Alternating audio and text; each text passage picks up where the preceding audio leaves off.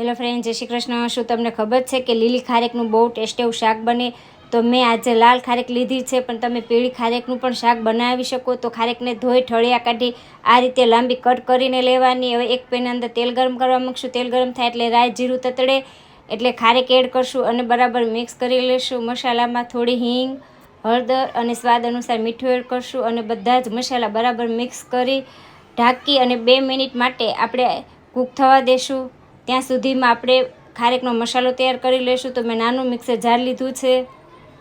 મસાલામાં મરચાં, આદું અને લસણ લીધું છે, સિંગદાણા, લાલ મરચું, ધાણા જીરું અને થોડો ગરમ મસાલો, બધી વસ્તુને અધકચરી ક્રશ કરીને લેશું. તો આ રીતનો મસાલો આપણો બનીને તૈયાર છે.